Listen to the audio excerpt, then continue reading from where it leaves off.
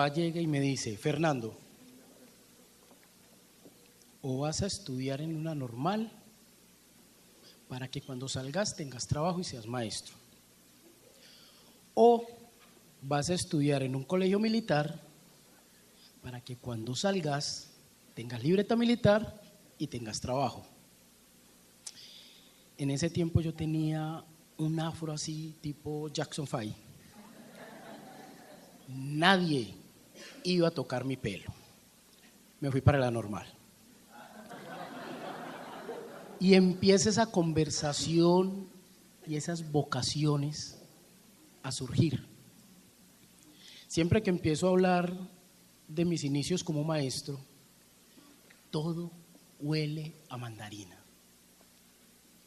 Es que en la escuelita que trabajé en Puerto Valdivia, una escuelita rural, en el patio había un árbol de mandarina y ahí me sentaba a leerle a los chicos, y a la hora del almuerzo, en el recreo, nos sentábamos a comer mandarina. En esa escuelita pasaron cosas muy bonitas y otras muy complejas, como salir corriendo del aula de clase con todos mis estudiantes y ponernos así en una lomita que nos vieran, porque estaban disparando. Profe, ¿qué pasa? No pasa nada, aquí, todos junticos. Quédense aquí pegaditos a mí. Pero los mejores tiempos es cuando uno es maestro rural. Ahí aprende a ser maestro en muchos aspectos. En todo ese camino llegan los niños y me dicen: profe, usted es el único negro que me cae bien.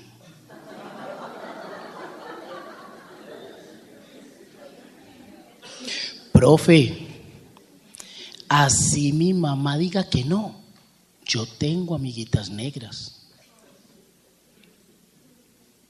Profe, mi mamá me va a sacar de la escuela porque a ella no le gustan los negros y usted con ese pelo seguro que ni siquiera se baña. Y estudiantes que me decían: profe, cuando ya me alista, no diga mi apellido. John Alexander Hakanamejoy Chasoy. Eso que pasaba en la escuela es un reflejo de lo que pasa en la calle, en la familia. Acá en Medellín, dentro de muy poco, vamos a publicar un libro. Hice 4.000 encuestas y le preguntamos a la gente qué piensa de la gente negra. Y habían cosas muy bonitas. Me gusta estar al lado de los afro porque con los afro aprendo y son alegres y me contagian de esa alegría. Y cosas tan complejas como los blancos y los negros no se deben juntar porque los negros nunca se desarrollaron. ¿Qué hacer con todo ese poco de material? Pues es un libro donde todos esos imaginarios van a estar ahí para que el maestro los coja y transforme imaginarios en la escuela, transforme imaginarios que nos llevan a la violencia. Yo hago parte en la Secretaría de Educación de un grupo que se llama Educación Inclusiva, que tiene varios grupos focales. Y entre ellos está el tema de etnoeducación. Pero ¿qué es esa vaina de etnoeducación? Eso no es como una cosita por allá para negritos. O eso es una cosita por allá como para indiecitos. Vamos a ver qué es esa vaina.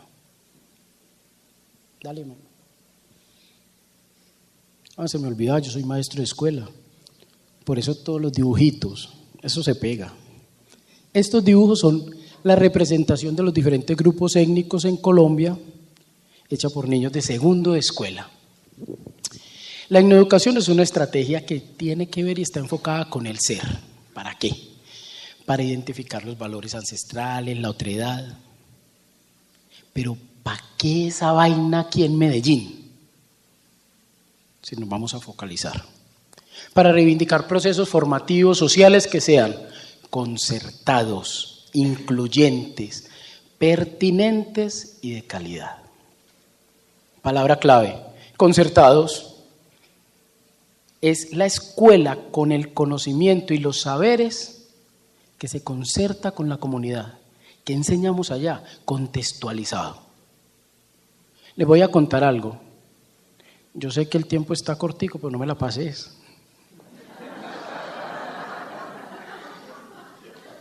Les voy a contar algo de los afro, que también pasa con los indígenas. ¿Quién sabe lo que es un ombligado? Bien, va uno. Muy bien. No, hermano, no mire así, no es ombligo con ombligo, no. Ombligado. El ombligado es que tanto la comunidad afro como la indígena cogen un pedacito del cordón umbilical y lo siembran con una semilla de árbol. Y ahí está esa unión con la tierra. Y aparte de eso, el ombligado también es que si queremos que un chico que tenga riqueza, que le vaya bien en la vida económicamente, le echamos polvito de oro en el ombligo. Y si queremos que sea muy buen orador, le raspamos un poquitico de pico del oro. Y si queremos que sea muy trabajador, hormigas. ¿Qué tan válido y qué tan creíble? Tan creíble como cuando la mamá o la abuela, ante una imagen, dice: por favor, que le vaya bien en la vida a mi hijo, que... Saberes. Son 4 grupos étnicos: indígena, afrocolombiano, raizal, romgitanos.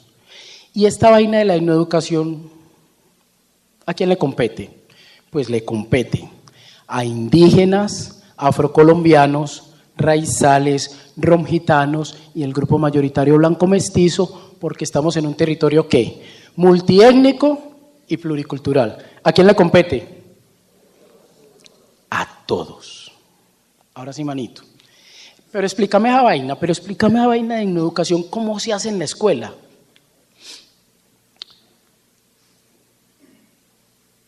Yo tuve un rayón tremendo. Ese rayón era que andaba para arriba y para abajo con unos troncos. Me iba para una casa con esos troncos. Me iba a vivir a otra casa con esos troncos. Cuando estaba en la escuela, por allá en primerito, bueno, yo nací acá, mi papá es de Monguidó, en el Chocó, mi mamá es blanca mestiza, cacheticolorada, de Santa Rita de Ituango. Y mis primos son indígenas, tenemos de todo en nuestra familia. Yo estudié aquí en Medellín y me enseñaron la primerita que está allá.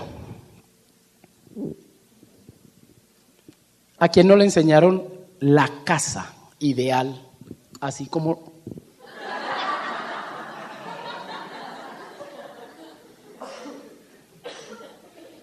Ya no podemos cambiarlo, ¿cierto?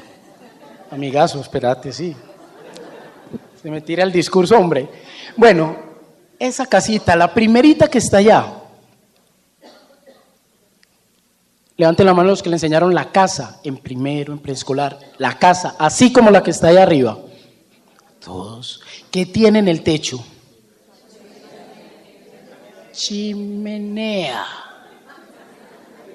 En mi cabeza estaba casa ideal, chimenea. A mí nunca me enseñaron que la casa ideal también podía ser una casa en palafito, la que vemos a este lado, que está al lado de los ríos, en el mar, en el Pacífico. Y nunca me enseñaron que la casa ideal también podía ser una casa sin paredes, como un tambo indígena.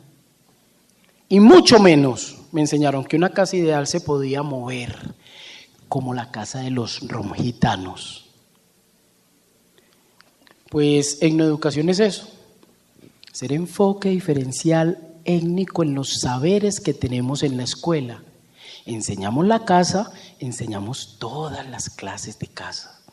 Enseñamos las labores ancestrales, y las labores ancestrales no son solamente sembrar café en Antioquia, es sembrar agricultura, la pesca en Urabá, y en el Bajo Cauca, ¿qué es? La minería, y también son antioqueños y labores ancestrales antioqueñas.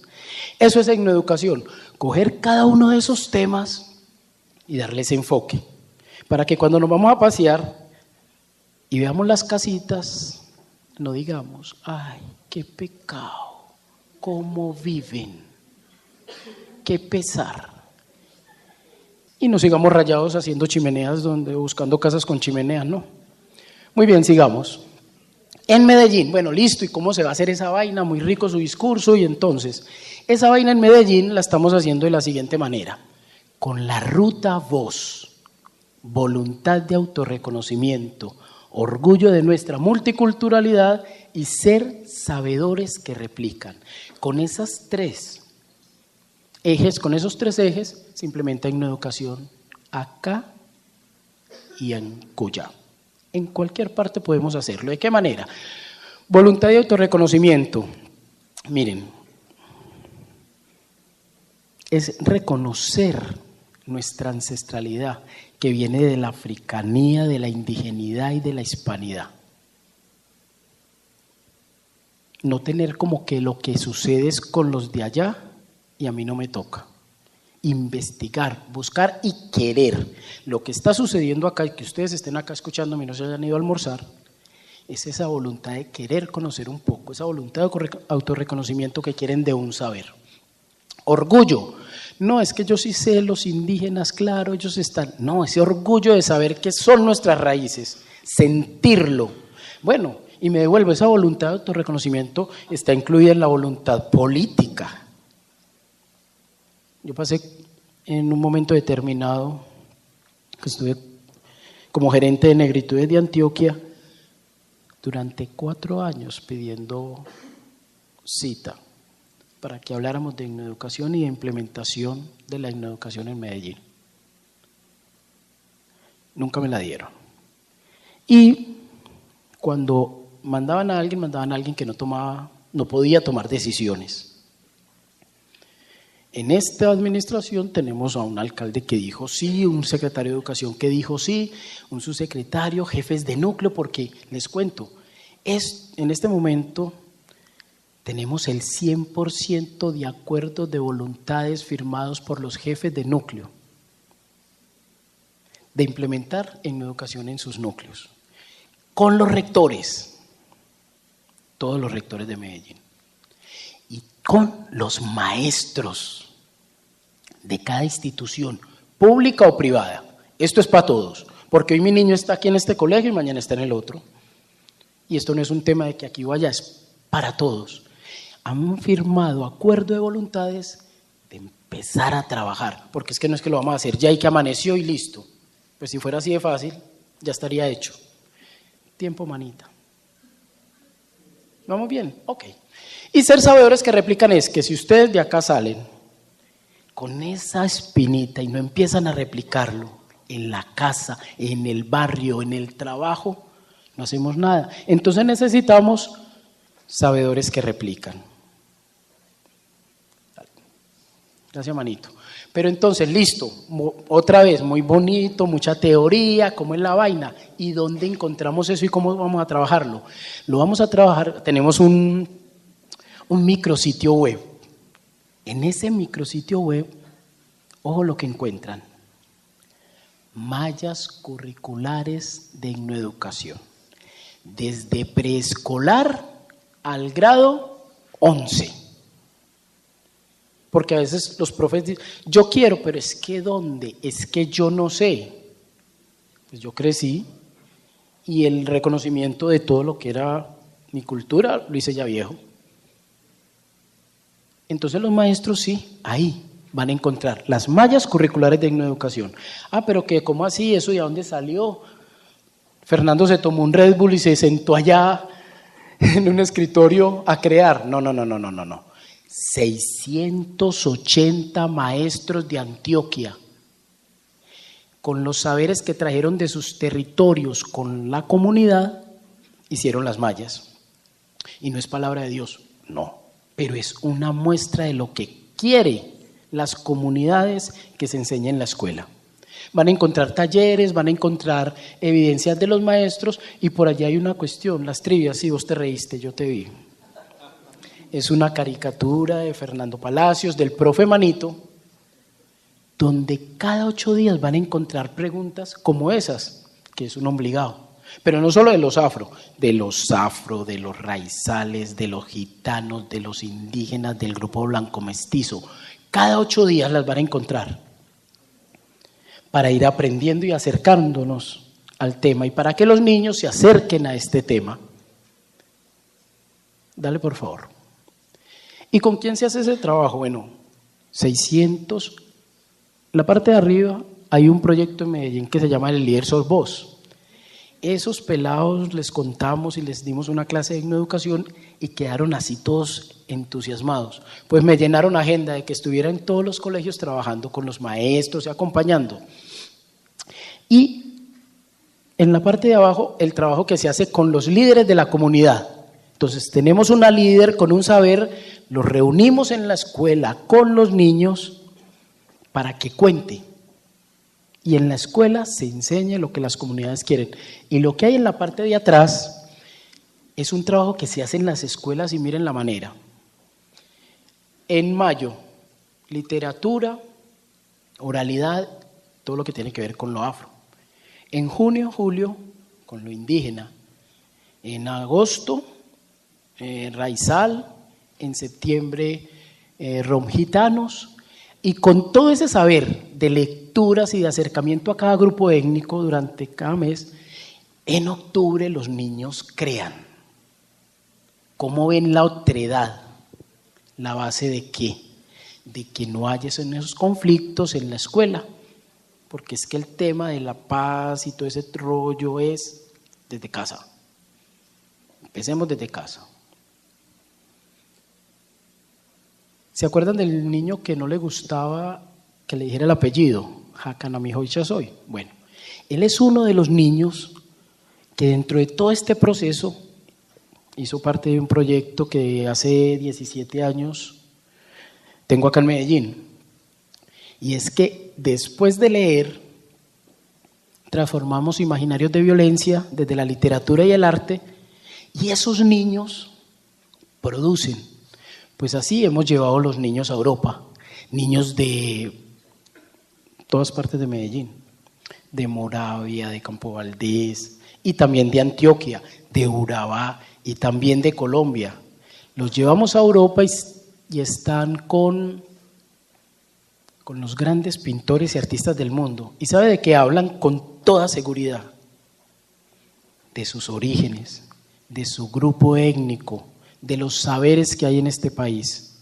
Ese niño que le daba vergüenza hasta el apellido, terminó allá, después de reconocer que uno de los más grandes pintores es Hakanamihoy.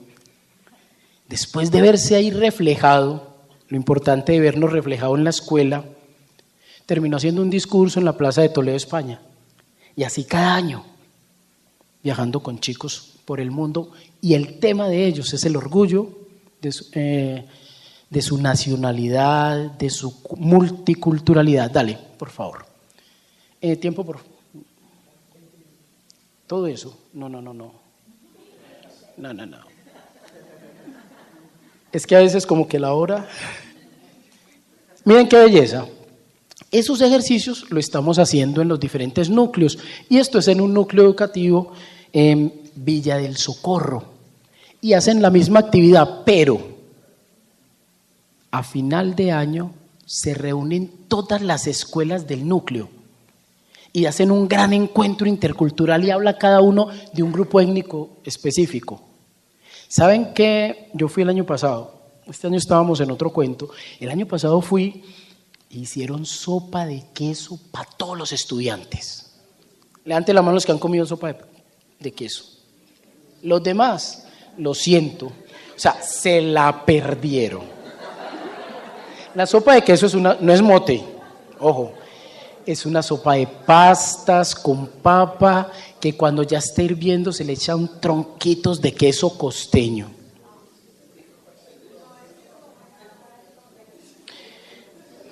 Entre algunas cositas que hago, yo soy fotógrafo y hago exposiciones en Europa y en varios países. Y una vez me estaba exponiendo en París y me llevaron al barrio africano y me invitaron a comer. Y me sirvieron sopa de queso en París. ¿Saben cómo se llama eso? Anancé.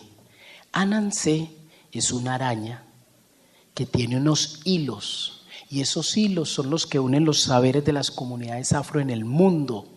Por eso, si no está escrito, está aquí. Y por eso vos ves a un afro en Medellín y ves un afro en París y tenemos el mismo flow por toda parte.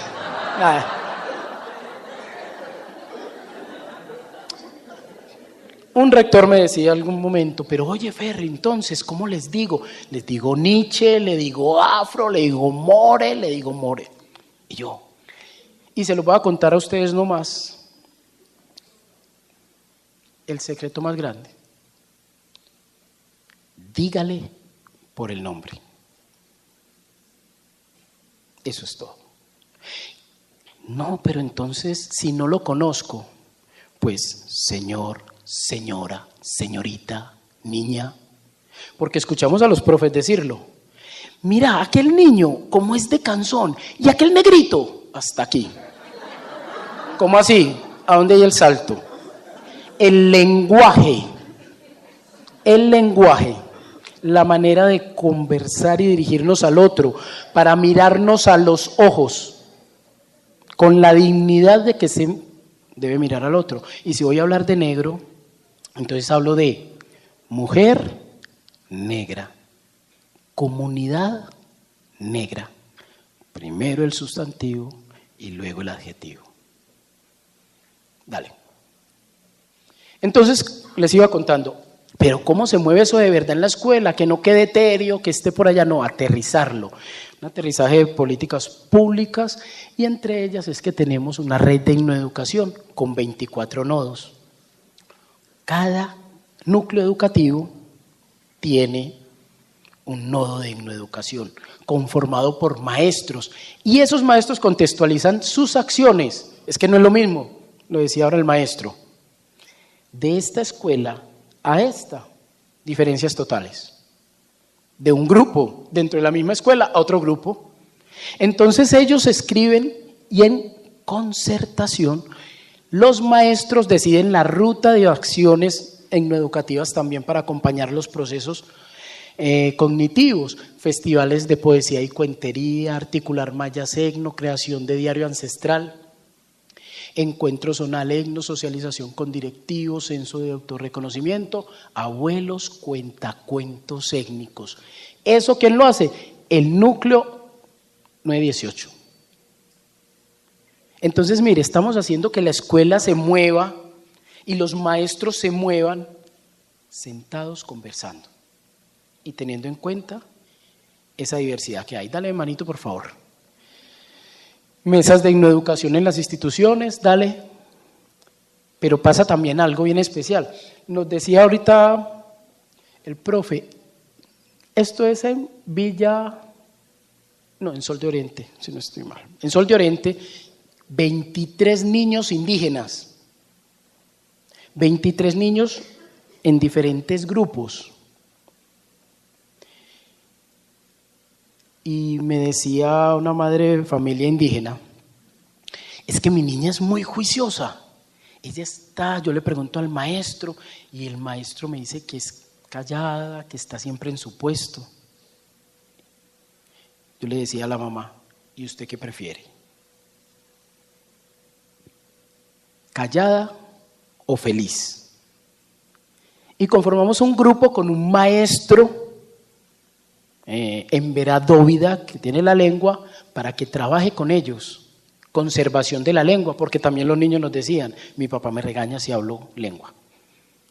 Entonces estamos con ellos trabajando y con los Inga de acá de la ciudad, porque aquí en Medellín tenemos 3 cabildos indígenas urbanos, el Chicariguá, los Pastos, los Ingas, y hay un cabildo indígena en la Universidad de Antioquia de estudiantes. Pues ellos también están sentados haciendo preguntas generadoras de saberes interculturales, no lo que a mí me parece que debería de ser, sino que ellos con preguntas generadoras dicen, acerquémonos al saber que tenemos.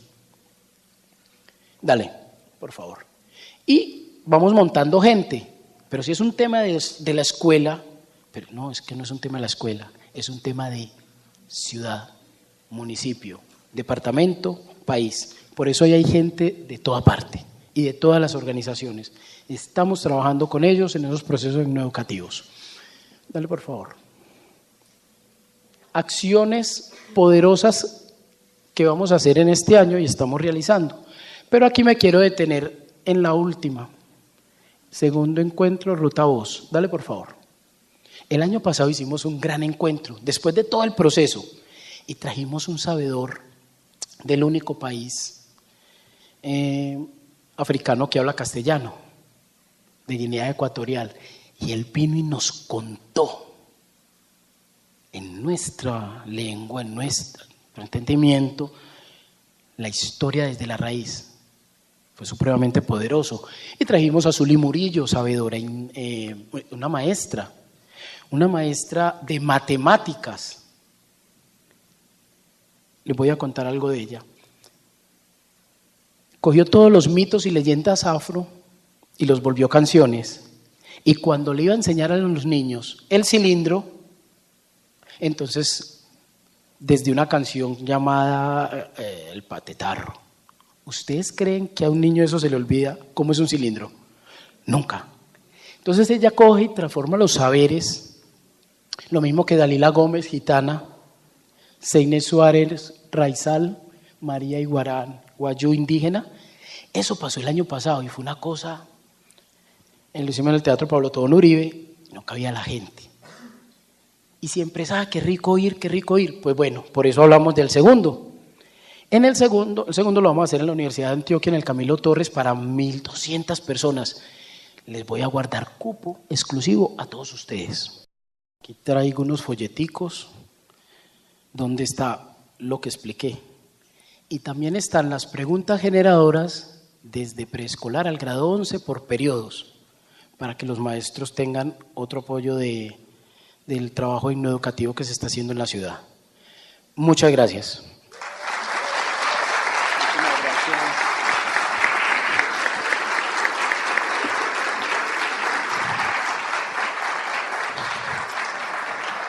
Bueno, antes de irnos para el almuerzo, toda la gratitud por estas 2 intervenciones que acabamos de tener.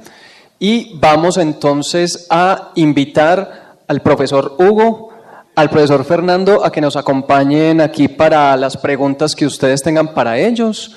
No sé si hay preguntas escritas o si pasamos entonces el micrófono ante las inquietudes que haya y las reflexiones que les quieran proponer. Nuestro país es maravilloso con todos los aires que hay, pues el currulao, está el cumbión, hay muchas cosas, muchos ritmos musicales. También lo están acercando con este proyecto de educación a la escuela, desde la parte musical. Claro, es que si estamos hablando del ser con todo lo que trae, con toda su cosmogonía, con todos sus saberes que existe, se deben de tocar todos los aspectos. Esa es una manera de entrar por medio de todo el tema del folclore, pero no es el único, porque generalmente se queda ahí.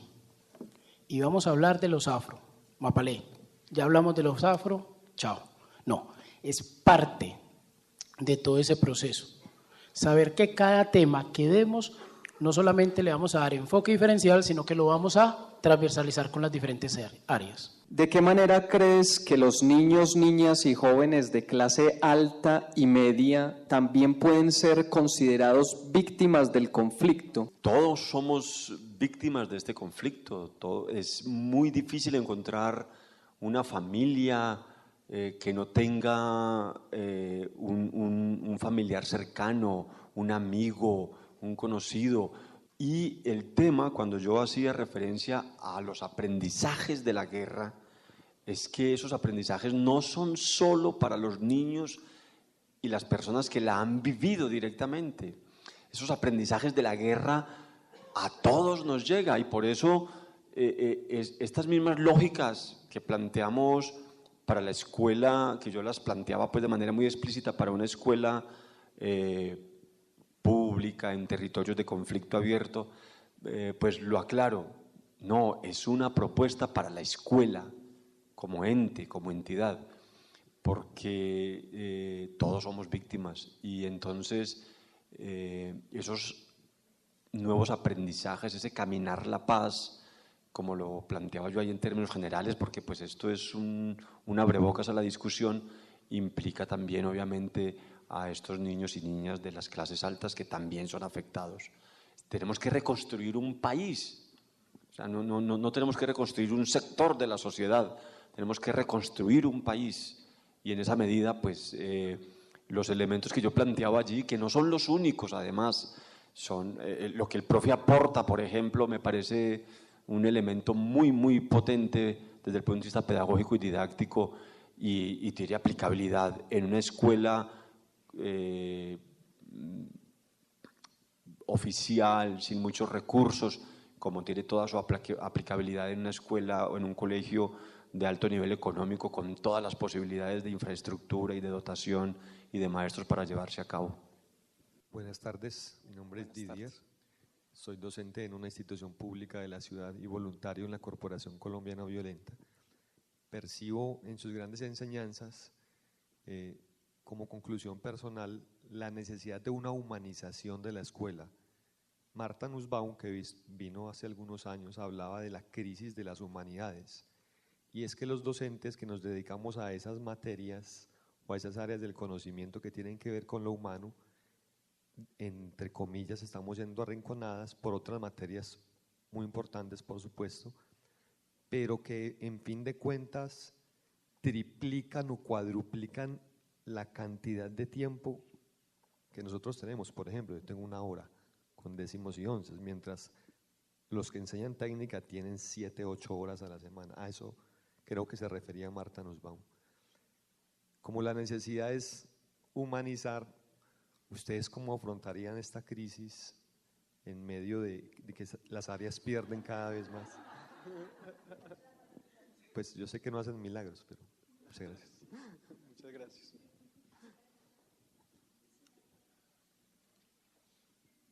Con un ejemplo y también un poco la pregunta anterior. En el colegio Marymount, sí, allá estuvimos trabajando el tema de etnoeducación. Allá no hay ni un niño afro ni un niño indígena, ni una niña, porque es un colegio femenino. Lo que hicimos fue un trabajo poderoso de acercamiento al reconocimiento de la otredad, a pesar de que en ese mismo territorio no es con las personas con las que ellas conviven. Y después de terminar el trabajo de lectura, oralidad, desde artística, las niñas hicieron unas muñecas negras del cuento Niña Bonita. Y todo el día las niñas anduvieron por todo el colegio con esa niña negra acá, colgada. Y todo el que se acercaba de ellas a preguntarles el porqué, le contaban sobre los afro. Y ese mismo ejercicio se hace con indígenas. Es una manera de acercarnos al reconocimiento de la otredad. Básicamente, esa humanización de la escuela es el reconocimiento del otro, de sus saberes y de sus aportes y de lo que yo tengo adentro, que hace parte de esa otredad que miro. Creo que es la manera de manejar el asunto. Con el tema de la intensidad horaria, lo que pasa es que no debería ni existir. Si vamos al caso, no debería existir la clase de etnoeducación, no, porque es la clase de sociales donde se habla de las poblaciones. Si se hace ese enfoque es porque está haciendo falta.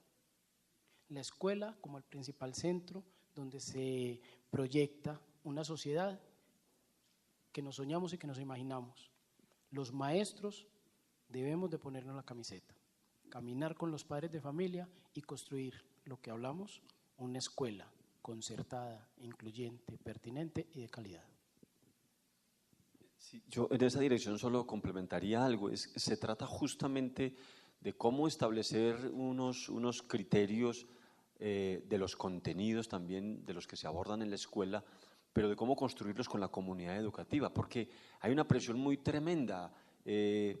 Voy a poner un ejemplo. Si en determinado campo del conocimiento el papá y la mamá o está reclamando un poco que le enseñen lo que a ella le enseñaron. Entonces, cuando trabajamos con los profes de lenguaje del colegio, es que si el papá o la mamá no ve que usted está trabajando las normas de ortografía, él está preocupado.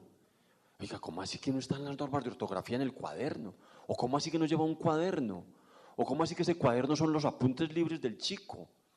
¿Ves? Entonces las familias dicen, pero ¿cómo nos vamos a dedicar pues a hablar aquí de la historia de este país o de la historia de Latinoamérica cuando lo que tienen que aprender son las nuevas tecnologías, la innovación, los diseños de las APP, ¿cierto? Porque ese es el boom y eso es lo que está imponiendo la sociedad. ¿Pero cuál sociedad? ¿Para qué? En última instancia yo pienso que el equilibrio de los contenidos son solo un pretexto, un pretexto. Los contenidos, siempre lo dije cuando trabajaba con los profes del lenguaje, los contenidos son un pretexto. Lo que hay de fondo es la formación del sujeto. Y bueno, en una formación, pues aquí empieza, ahora que leí el discurso de la profesora Liliana, escuchando al profe Fernando, el tema de la humanidad, de la otredad, del otro. Entonces, esos son los asuntos fundamentales, la formación del ser humano. Los contenidos son un pretexto y habrá que establecer un equilibrio razonado en ellos. Pero el problema es otro, no es ni siquiera de ese desequilibrio. Claro, eso tiene implicaciones serias en la formación, por supuesto, pero el asunto va más allá de eso, profe.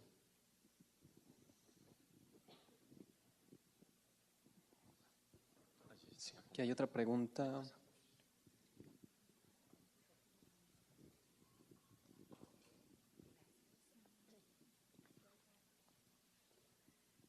Hola, mucho gusto.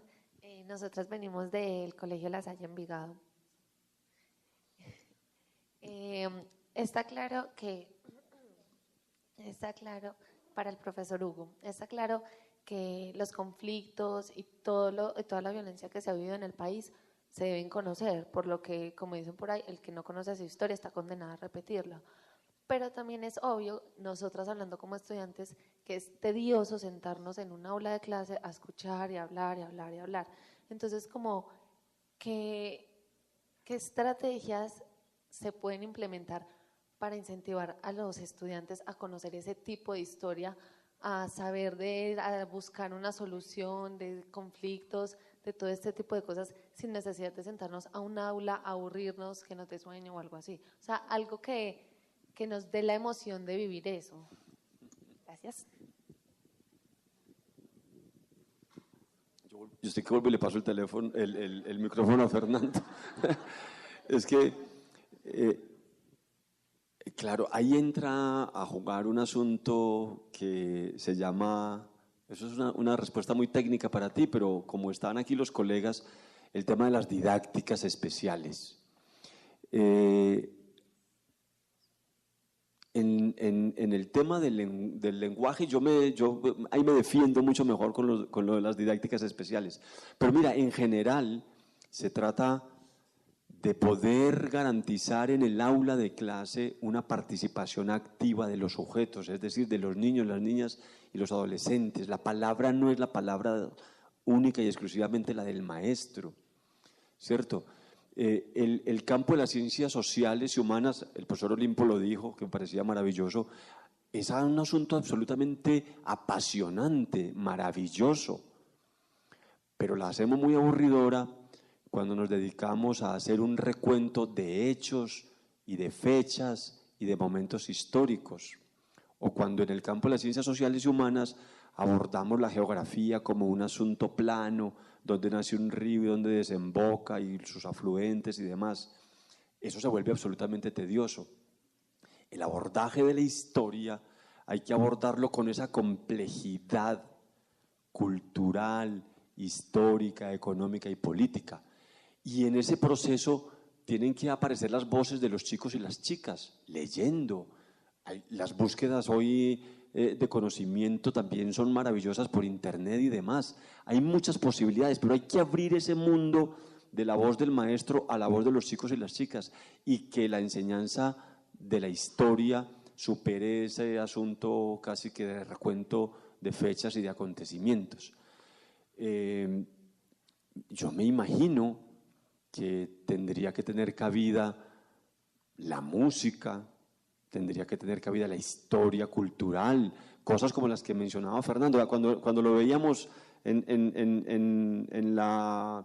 el recuento, porque él se expone como profesor, ¿cierto? Tú haces una exposición también de lo que eres como maestro, y decía la profesora Liliana, un profesor así en la escuela primaria lo que hace es, en el caso de ella, la habría vuelto seguramente una actriz de teatro, ¿cierto? Seguramente, o lo hubiera terminado de enloquecer. Entonces, es ese maestro, mira, ay, ¿qué se hizo la chica? Ah, sí, es que se puso chaqueta. Mira, se camufló. Entonces, mira, es muy importante, la figura del maestro es fundamental en estos procesos, de verdad. La calidad de la educación, que también preguntaba el profe, un poco a eso me quiero referir, la calidad de la escuela, de la educación, no depende de la tecnología ni de los medios, depende en gran medida del maestro. Los otros son asuntos adicionales, sucedáneos, muy importantes, pero depende del maestro. Entonces, ahí es fundamental un maestro que sea capaz de involucrarlos en ese proceso. Borges decía una cosa a propósito de la enseñanza de la literatura inglesa. Borges decía una cosa, me pego de ahí para ayudar a esta conversación con estas preguntas tan interesantes que hacen. Borges decía que él no podía ser profesor de literatura inglesa, porque eso es inabarcable. Él no alcanzaba como sujeto a abarcar toda la literatura inglesa. ¿O cuál literatura inglesa? Borges decía que lo único que podía hacer era compartir, y en ese compartir transmitir su amor por la literatura inglesa. Yo me imagino que lo que tiene que hacer también un maestro en el campo de las ciencias sociales y humanas y en el énfasis de lo histórico que nos ha pasado a nosotros, lo que tendría que hacer es poder transmitir ese amor y esa pasión por lo que implica ese saber y ese conocimiento.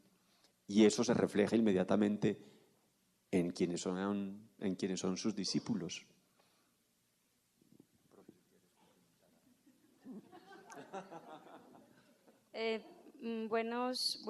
Buenas tardes ya.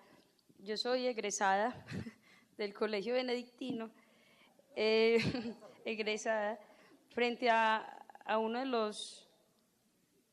de las enunciaciones que hacía el profe Hugo, que habla de los mecanismos de negociación no violenta. Me lleva a pensar en los manuales de convivencia de las instituciones, cómo desde esa justicia restaurativa que viene como que hace rato pronunciándose para incluirla en los manuales de convivencia, cómo se puede hacer, digamos, una mirada de revisión si se ha avanzado implementando esa justicia restaurativa en los manuales, si se ha avanzado en esos mecanismos no violentos en la escuela para solucionar conflictos entre los estudiantes. Ustedes que están ahora, pues, que han sido maestros, ¿cómo ven eso que circula en la escuela? Si hay avances, no hay avances, ¿qué cree que les falta? Porque sí veo que a veces se vuelve como algo decorativo, de que esté en el manual, pero no circula en la vida de la escuela. ¿Quieres tú, Fernando? Dale, hable. Ya la paso, porque usted dijo Hugo y es Hugo. Sí. Una aclaración, No, egresada, pero sí egresada como docente, no vayan a creer. Profe, sí sucede. En este momento, en las instituciones educativas, desde el proyecto de entornos protectores, hay unas mesas de negociación. Un ejemplo claro, en una institución educativa en San Javier, había grandes conflictos entre los chicos blanco-mestizos y los chicos afro. Y en esa conformación de la mesa, lo que se hizo fue incluir personas afro y de los diferentes grupos con ideales diferentes que había, diversos que había en la institución, y fue la solución. Aparte del manual de convivencia, hay unas mesas desde entornos protectores que están solucionando ese tipo de situaciones. Sí, y yo creo que hay avances importantes, pero aún ahí hay un camino muy, muy grande, muy largo por recorrer. Fíjate que pues está la ley, ¿cierto? Y los decretos reglamentarios, y entonces tenemos que crear el comité de convivencia, y está el comité escolar y el comité municipal, y etcétera, etcétera. Y esos son avances importantes, pero aún sigue campeando el manual. Ese manual, que a mi modo de ver tiene un nombre desastroso, porque lo que habría que hacer es poder construir una cultura escolar que implique construir acuerdos entre las distintas instancias de la comunidad para resolver los problemas. Yo entiendo que hay que hacer ese tipo de ajustes institucionales con el manual y demás, pero hay que construir un asunto que vaya más allá del manual. Y hay algunas propuestas en esa dirección que son acontecimientos pedagógicos para la solución de problemas. Por ejemplo, en una escuela de Soledad Atlántico, con los chicos se construyó una propuesta y ellos denominaron eso el ágora del conflicto. Y el ágora del conflicto, por recomendaciones de ellos y por la cultura boxística de la región, incluyó poner las bolsas esas de arena. Bueno, yo no sé si eso es arena, pero bueno, colgar esos sacos y tener los guantes de boxeo, y se estableció como parte del asunto cuando estamos llenos de ira y tenemos ganas de golpear al otro, pues hermano, váyase para ese saco, póngase los guantes y desfogue allí primero su ira, su rabia, no golpea a nadie. Empecemos por ahí y después hablamos. Eso no se lo inventó el manual de convivencia que define generalmente la institución, se lo inventaron los muchachos. Y empieza a haber un asunto uno dice, pero qué bobada esa, pues, ¿y quién va a ir a arrancar a darle golpes y patadas a una cosa de esas? Resulta que el poder radica en que es una propuesta de los estudiantes, y cuando los estudiantes la proponen y el que no la respeta tiene una sanción social muy fuerte. Cuando es la propuesta del adulto, pues ahí también hay una tensión con el adulto, entonces retemos al adulto, no utilizamos el saco, si es una propuesta del adulto, pero cuando es una propuesta de los pelados, se respeta el uso del saco para sacar la piedra, para sacar la rabia, para después sentarnos a conversar. Y son propuestas de los pelados, pero hay mucha imaginación, hay muchas posibilidades. Y un ejemplo de lo que hablas de la justicia restaurativa. Tenemos que ser capaces de superar la visión sancionatoria permanentemente de las dificultades que se presentan en la escuela, porque siempre el manual es sacar el listado de sanciones, si la embarró se la cobro, porque es como somos una sociedad que está pendiente de quién la embarra para cobrársela, ¿cierto? Siempre estamos cobrando, esa es la revancha, siempre es la sanción.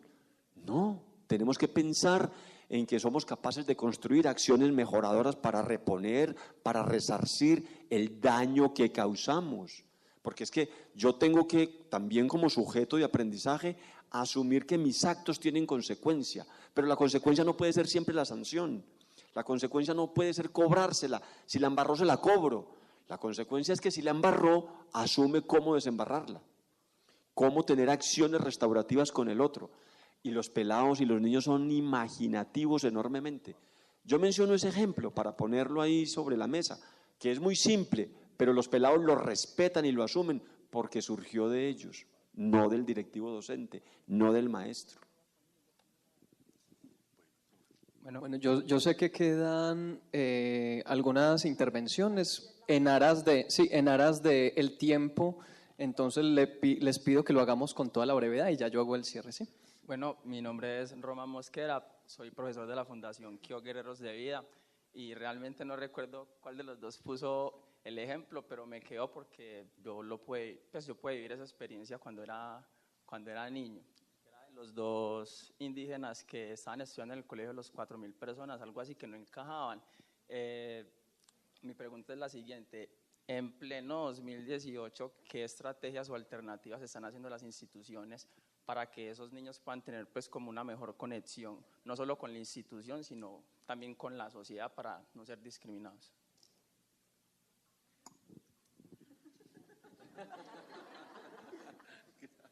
Bueno, en las instituciones educativas, todo el tema de la implementación de la educación es la ruta clara. Cuando el niño llega, está en la clase, se oye como referente y escucha referentes de sus mismos grupos étnicos. Eso da una significación. La verdadera historia, la historia real, motiva a los estudiantes. Hablaban las chicas de esa motivación, contar la historia verdaderamente como sucedió y lo que sucede en este país. Porque hay una historia que está contada desde una orilla. Si la contamos desde la otra orilla, empezamos a mirar los intereses que tenemos en conocer esta historia. Con respecto a los muchachos que llegan de otras regiones, en el ámbito universitario, miren, Titomate. Titomate es un territorio que uno ve una foto y dice, Dios mío, yo quiero vivir allá o quiero irme de vacaciones. Es un paraíso. Pero Titomate, de allá vienen muchachos a estudiar acá que nunca han cogido un computador. Porque resulta que sí, les llevaron computadores sin conectividad y sin luz. Entonces, este territorio que hace, brinda por ejemplo las opciones de las becas para las comunidades negras y muchas personas dicen, pero ¿por qué? Si yo también. Pero miren esa situación, muchachos, alrededor de la ciudad recibimos todo, pero la gente que está afuera, y a ese pelado le toca llegar a la ciudad, a enfrentarse a un territorio, como hablábamos, allá 20 compañeros, acá llegar a una universidad, con una cantidad de vacíos que requiere este aprendizaje, porque allá no eran vacíos. En ese territorio estaba acorde, pero como viene acá y toca competir, y esos muchachos ya entran a la universidad, y lo que se está haciendo con colectivos en las universidades es el acompañamiento, como el ser padrinos de esos pelados que llegan. Pero se buscan de todas maneras, siempre va a ser complejo, y es entender que el otro viene de otro territorio, de otro contexto y con otras maneras de convivir con la gente. Pero ¿cómo aprendemos poco a poco? Desde una implementación de la educación desde la familia. Desde la familia. El compromiso no es el maestro. El compromiso no es solamente el maestro de hacer que la clase sea atractiva. Eso va 50-50. Yo cuento y ustedes ponen el interés. Porque si no, pues claro, seguimos tirándonos la pelota. Y así no es. Es entre todos, porque además es un proceso educativo que es para tu vida, porque el maestro ya la tiene. Yo complemento una cosa, compañero, y creo que con esto vamos terminando, ¿cierto? Decíamos, nosotros ahí en ese grupo de trabajo que tenemos en la universidad hemos construido algo que hemos denominado una ruta de recepción y acogida en la escuela de los niños y niñas víctimas del conflicto armado. Esa ruta pasa incluso por un trabajo con los vigilantes. Sí, los celadores son la primera barrera de acceso a la escuela. Una cosa tenaz. El vigilante tiene un poder impresionante. ¿Cierto? Además, lo mejor, hay que ser amigo del vigilante. Hay que ser amigo del vigilante. El vigilante, la mamá llega con los niños y el vigilante dice, no, aquí ya no hay cupo para más nadie. No, esto está lleno aquí, siga. Hemos hecho un trabajo de sensibilización, de información con los vigilantes, con el personal administrativo, porque si logra pasar la barrera del vigilante, llegó donde la secretaria general, ¿entiende? Esa es otra barrera de acceso tenaz. Entonces construimos un protocolo de recepción, que no haya barreras de acceso. Ahorita, si quieres, te recomiendo un número de la revista Unipluriversidad, donde se va a publicar, creo que la próxima semana sale la publicación de esa ruta. Entonces está todo ese tema de una ruta de recepción, pero la acogida implica a maestros, a directivos docentes, incluso al personal de apoyo psicológico cuando existe, que durante 2 semanas, eso está pues, o sea, ya no es, llegó hoy, váyase para el salón, durante 2 semanas esa escuela establece una caracterización de ese niño y de esa niña que llega, y en virtud de eso lo que tiene que hacer es acomodar la escuela a esas necesidades y particularidades, y no al revés. O sea, no eran los niños en Vera los que tenían que llegar al salón y de manera inmediata aprender el lenguaje español para comunicarse. No. Tiene que ser la escuela la que tiene que darle respuesta a esa necesidad. ¿Cómo lo hace? Eso es un lío. ¿Para la escuela sola? No, es para la escuela, es para la Secretaría de Educación, es para el gobierno local. Bogotá tuvo que tomar decisiones en relación con eso y poder decidir tener maestros también bilingües en idiomas indígenas, en lenguas indígenas y en el español. ¿Ves? Esas son las decisiones también de política pública que involucran a otros. Ese es el proceso, recepción y acogida, para que la escuela responda a las necesidades de los niños y las niñas, y no los niños y las niñas a las necesidades de la escuela. Bueno, profesores Fernando y Hugo, muchísimas gracias por su tiempo, por sus ideas, toda la gratitud.